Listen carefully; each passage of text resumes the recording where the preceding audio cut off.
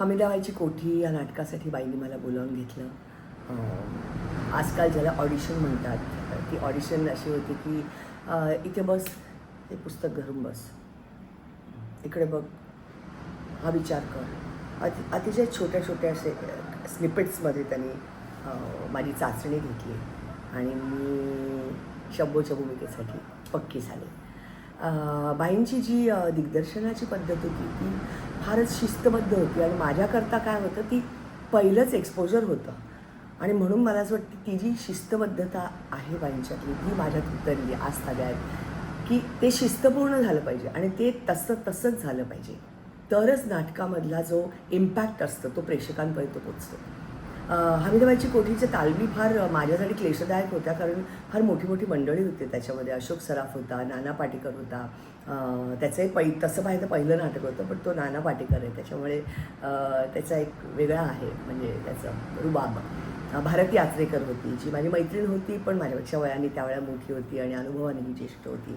गायिका होती.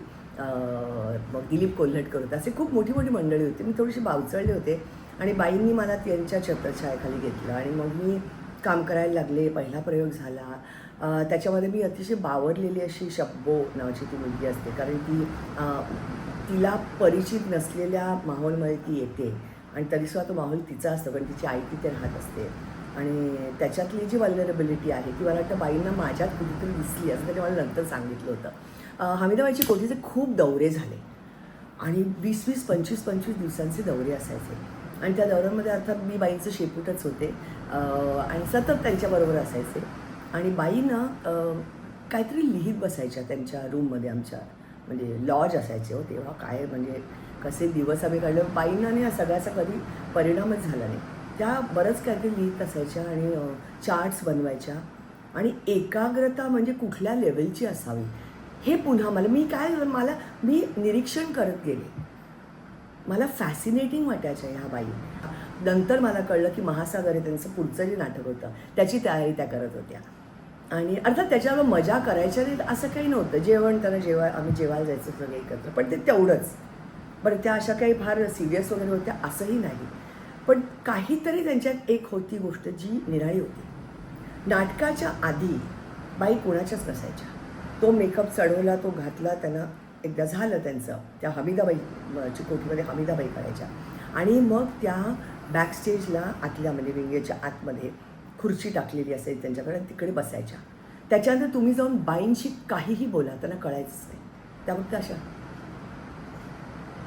अशा करायच्या, पण ते पोचायचं नाही, कारण त्यांचं त्या हमीदाबाई झाल्या होत्या. म्हणजे अशा तऱ्हेचं त्यांची जी म्हणजे ही शिकवण होती माझ्याकरता. हे सगळं मी पाहत होते, त्याचं निरीक्षण करत होते आणि थोडंसं आपणही असं करावं का अशा ह्याच्यात मी होते आणि आज मी तसं करायचा आज तऱ्यात प्रयत्न करते. आज माझं नाटक असेल मी नसेल, मीच्या आधी मी तशी थोडा वेळ थांबणं. अर्थात बाईंची एकाग्रता म्हणजे काही निराळीच जगावेगळी. त्याच्यानंतर अर्थात हमीदाबाईच्या कोठीचे बरेच दौरे खूप तुम्ही म्हटलं असं क्लेशदायक होते, कारण वेगवेगळ्या छोट्या छोट्या ठिकाणी असायचे प्रयोग आणि कधी कधी लोकांना दिसायचं नाही आणि मग ते म्हणजे अख्खं नाटक तुम्ही उभं राहून करा. आणि बाईंचा तो म्हणजे ते नाटक त्यांनी ज्या पद्धतीने बसवलं होतं आणि ज्या पद्धतीचं नाटक होतं ते त्या नाही म्हणायच्या आणि मग कधी कधी लोक चौताळायचे. मग आम्हाला कधी कधी तिथून पलायन करावं लागायचं, ते करावं लागायचं. आणि मला आठवतं एका प्रयोगामध्ये आम्ही नाटक चालू आहे आणि मागे इतकी मारामारी आणि गोंधळ चालला होता आणि दोन बायका एकमेकांच्या चिंजा वगैरे ओढत होत्या आणि म्हणजे आम्हाला स्टेजवर ऐकू येत नव्हतं. आणि अशा ह्याच्यात एक सीन होता जिथे मी येते आणि काहीतरी अशोक आणि नानाशी काहीतरी बोलतं, मला बोलताच येईल, मला हसू यायला लागलं. मी हसले नाही, मी तशीच एक्झिट घेतली, आम्ही आत गेले. अंक पडला. बाईंनी मला बोलली इकडे आत नेलं मेकअप रूममध्ये, कडी लावली आणि मला अभिनयाचं बाळकडू पहिल्यांदा पाजलं ते. त्या म्हणाले, तुला जर या क्षेत्रात काही करायचं असेल नेहमी तर हे असं असून चालायचं नाही, हे असलं नाही चालणार. लक्षात घे, माणसं त्यांच्या पद्धतीने वागणार, त्यांच्या पद्धतीने व्यक्त होणार. ऑडियन्समध्ये काहीही होऊ दे, या सगळ्या ऑडियन्समध्ये एक तरी माणूस आहे किंवा एक तरी स्त्री आहे जो तुझा रोल एकाग्रतेने बघते, तुझा रोल फॉलो करते. त्या एका व्यक्तीसाठी तू करायचंस, तो एकच प्रेक्षक. हे काम आणि त्याने मला कन्व्हिक्शन दिलं. केवढी मोठी शिकवण होती हो. विश्वास ठेवणं, जे काही आपण करतो त्याच्यावर विश्वास ठेवणं, हे मला त्यांनी दिलं. आणि हे आज तागायत मला इतकं उपयुक्त आहे, म्हणजे काय सांगू. एका अभिनेत्री करता ती फार महत्त्वाची गोष्ट आहे की आपण जे करतो त्याच्यावर विश्वास ठेवणं. त्यामुळे तू बाहेरून हसलीस तर म्हणजे तुलाच जर तू बोलतेस त्याच्यावर विश्वास नाही, मग लोकांनी का ठेवायचा तुझ्यावर विश्वास? त्यांनी का ऐकायचं तुझं? त्याच्यानंतर मी आयुष्यात कधी स्टेजवर हसले मला येतच नाही हसू. अगदी तुम्ही खूप विनोदाचा काहीतरी भाग करा, मला नाही हसायचं. असेल तर मी हसू शकते, पण उगीच मला कॅरेक्टरमधनं बाहेर पडणं आणि हसणं आज तागायत येत नाही. आणि मला ते यायला येऊ नये याच्यासाठी मी त्यावेळेला केलेले प्रयत्न आज फळायला आले. त्याच्यानंतर अर्थात आमचे खूप प्रयोग वेगळे वाकडे. बाईक मी कधीच तक्रार केली नाही. आणि मला म्हणजे त्यांचं एक आश्चर्य फार वाटायचं, त्या कधीच चिडायचं नाही. आज तागायत म्हणजे आता गेल्या त्याच्या आधीपर्यंत बाईंचा कधी आवाज चढलेला मी ऐकलेला नाही, त्या कधी रागवलेला मी ऐकलेलं नाही. मोठ्या मोठ्यांदा बोलणं, त्याच्यानंतर त्या कधी निघून गेलेला ड्रामा, मला नाही बघा कळायचं नाटक, असं मी पाहिलेलं नाही आहे कधी. त्या टेम्परमेंट त्यांची इतकी मृदू होती, त्या फार तर आम्हाला जमलं तर त्यांना रडू यायचं. आणि ते मला आठवतं ते सुद्धा रडू नाही, असं त्यांच्या डोळ्यातनं अश्रू असे यायचे. काय गं नेहमी काय होतं आहे? आणि इतकं ते लागायचं की बापरे आपल्याला जमत नाही, या बाईला त्याचा त्रास होतो. ही त्यांची पद्धत होती. त्यांनी कधीही स्टेजवर आम्हाला येऊन करून दाखवलं नाही, कधीच नाही. त्या त्यांच्या खुर्चीत बसलेल्या असायच्या काहीतरी 4थ्या-5व्या रांगेमध्ये. जेव्हा आम्ही स्टेजवर सुरुवातीला छोट्या रूममध्ये आमचे वाचन असायचं, मग थोड्याशा मोठ्या खोलीत आम्ही जायचो आणि इंटरॅक्शन सुरू व्हायची. आणि नंतर आम्ही मोठ्या ऑडिटोरियममध्ये जाऊन तालमी सुरू करायचो सेट लावून. तेव्हा बाई 4थ्या-5व्या रांगेत बसून काहीतरी लिहित असायचं, नोट्स लिहायच्या. हे इथे हे होतं आहे, हे तिथे होतं आहे, सगळ्या म्हणजे टेक्निकल नोट्स, नटांच्या नोट्स सगळ्या. आणि त्याच्यानंतर तालीम झाली की त्या आम्हाला त्या वाचून दाखवायच्या. असं करत करत ती नाटकं त्यांची उभी राहायची. त्यांच्या 5 का 6 रंगीत तालमी असायच्या मला आठवतं. म्हणजे त्या म्हणायचं की 6वा किंवा 7वा जो आपण करू जी तालीम, तो तुमचा पहिला प्रयोग असेल, तो लोकांसमोर सादर करायचा. आणि 35 वर्किंग डेजमध्ये सकाळी 9 ते संध्याकाळी 6 त्यांच्या तालमी असायच्या. सगळं अतिशय शिस्तबद्ध, सगळं लिहिलेलं असायचं. आज कुठला सीन होणार, काय होणार, ही म्हणजे मी तरी म्हणजे मला ते आजही म्हणजे मी एकदाच दिग्दर्शन करायचा प्रयत्न केला आहे, पण ते करणं किती अवघड असतं हे मला तेव्हा कळलं. खूप बाईंना जमायचं, अतिशय इझी. नोट्स काढणं ही त्यांची सवयच होती. मी जे शुद्धलेखन करते मला वाटतं तिकडूनच आले ते थोडंसं. बाई नोट्स काढायच्या, सगळ्या सारख्या नोट्स काढायच्या, सतत लिहायच्या काही ना काही. त्याच्यानंतर अर्थात हमीदाबाईची कोठीच्याच म्हणजे संपत आलं होतं. त्यांनी आम्हाला सांगितलं की आता तुम्ही महासागरमध्ये काम करणार. आता महासागर हा माझ्यासाठी खूप वेगळा हे होता, कारण तिथून मी नावारूपाला आले खऱ्या अर्थात. मी मीना जोशी होते तेव्हा मी.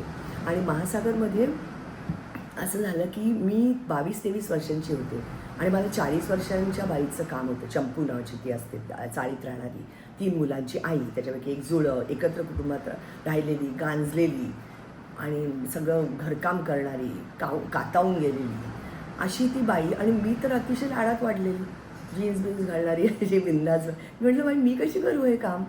म्हणून तूच करायचंस, तुझ्या आईला बघ. म्हटलं माझी आई डॉक्टर आहे, ती बाहेर जाते, तरी बघ तुला तुझ्या आईमध्ये चंपू दिसेल. आणि मग मी आईकडे बघत राहायचे. आणि एकदा आई म्हणे काय झालं, कसं सांगणार की आपण काय बघतोय, का मला दिसायचंच नाही काही. करत करत करत मला महासागरमध्ये पहिल्यांदा कॅरेक्टरायझेशन काय असतं ही गोष्ट उमगली. चंपू ही माझ्या स्वभावापेक्षा खूप वेगळी होती, दिसणं तिचं वेगळं होतं. आणि मला आठवतं मला झाडू मारायचा असतो त्या नाटकामध्ये, आणि झाडू मारता मारता मला बोलायचं असतं, जी खूप अवघड प्रक्रिया आहे. म्हणजे एखादा बिझनेस करता करता वाक्य फेकायची, हे मला अर्थात तोपर्यंत काही यायचं नाही, जमायचं नाही. आणि मला आठवतं एकदा बाई तिथून ऑडियन्समधून बघतात, निनी तू झाडू मारतेस का हॉकी खेळतेस? त्या दिवसापासून मी घरी गेले आणि रोज मी झाडू मारायचे घरामध्ये. आणि झाडू कसा मारतात हे मी त्या निमित्ताने शिकले. मी साडी नेसायला लागले घरी, कारण त्या चंपूची एक विशिष्ट पद्धत असायची, अशी वर पोचून साडी नेसायची ती, घरकाम करायला सोपं जावं म्हणून. आणि अशी करत करत मला चंपू सापडली. ते खांदे थोडेसे मी असे हे केले होते. म्हणजे त्या मला एकदा म्हणाल्या की माहिती नाही पण तू अशी फार उंच शिडशिडीत आणि अशी दिसतेस, अशी ताठ दिसतेस. चंपू माहीत नाही, मी सांगितलं तुला एवढंच करायच्या त्या फक्त हिंट द्यायच्या, केवढा फ्रीडम ॲज अन ॲक्टर. असं करत करत चंपू मला सापडली, आमचे प्रयोग सुरू झाले. माझं खूप खूप कौतुक झालं, कारण पहिल्यांदा मला असं वाटतं की अभिनेत्री म्हणून मला लोक बघायला लागले की अच्छा ही एक बरी अभिनेत्री होऊ शकते. आणि मला बाहेर लोक ओळखायचेच नाहीत. मी चंपू इतकी त्याच्यामध्ये समरसून जायचे की मला बाहेर लोक तीच म्हणून ओळखायचे. माझ्यासाठी तर खूप मोठा मला आवडायचं ते की माझं एक प्रायव्हेट वर्ल्ड आहे, माझी चंपू आणि मी, आणि बाहेर मी नीना जोशी. त्याच्यानंतर अर्थात बाईंकडे नंतर मी सावित्री नावाचं नाटक केलं, जे थोडंसं संहितेमध्येच त्याचा थोडं म्हणजे जयवंत दळवींच्या अधांतर या कादंबरीवर आधारलेलं होतं. दळवींनीच त्याचं नाट्य रूपांतर केलं होतं आणि मी काम केलं होतं.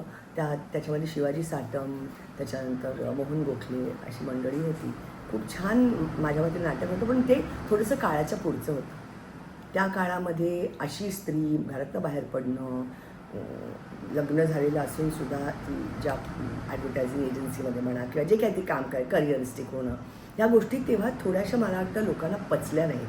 म्हणून सावित्री तसं पाहिलं तर 150-200 प्रयोग झाले, जे त्या काळात खूप कमी होते, कारण महासागरचे 800च्या वर 900-1000 प्रयोग झाले होते आणि अमिराबाईची कोठीचे सुद्धा असेच काय ते 400-500 प्रयोग झाले होते. त्या मनाने सावित्री कमी झालं होतं.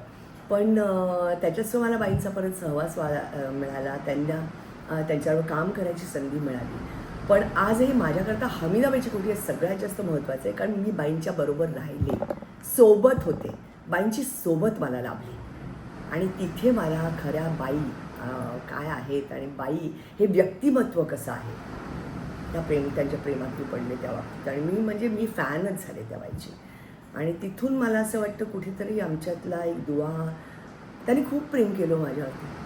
कसं सांगू, म्हणजे बाई निनी म्हणायच्या मला आणि शेवटपर्यंत मी जात राहिले त्यांच्याकडे. आता गेल्या वर्षीसुद्धा जे मला खूप यश मिळालं माझ्या नाटकामुळे, आणि ते सुद्धा मी जाऊन त्यांना सांगायचे. आणि भावे पुरस्कार मिळाला तेव्हा मी मुद्दामून आवर्जून त्यांना सांगितलं होतं आणि तशा हसायच्या. आणि काय म्हणजे त्यांच्याकडनं पावती मिळण्यापेक्षाही जास्त मी माझ्या बाईंना जाऊन सांगणं की बाई मी हे केलं आहे, हे माझ्यासाठी फार महत्त्वाचं होतं. आणि त्या बाई ऐकायच्या आणि काही बोलायचे नाहीत, पण त्याच्या डोळ्यात मी म्हटलं डोळे फार बोलके होते बाईचे, खूप बोलके होते बाईचे डोळे. आणि तसं पाहिजे बाईचं ना एक म्हणजे गमतीची गोष्ट सांगायची म्हणजे बाईंना कमी दिसायचं आणि त्याच्यामुळे स्टेजवर ब्लॅकआउटमध्ये त्यांचा हात धरून त्यांना आत घेऊन जावं लागायचं. चष्मा होता गाड, तो काय अर्थात रोलमध्ये वापरू शकत नव्हत्या त्या, आणि मी ते काम करायचे. मी बाईंना माझ्याबरोबर घेऊन जायचे आणि ते माझं काम होतं. अशी छोटी छोटी कामं करत करत करत मी बाईंची मुलगी केव्हा झाले माझं मलाच कळलं नाही.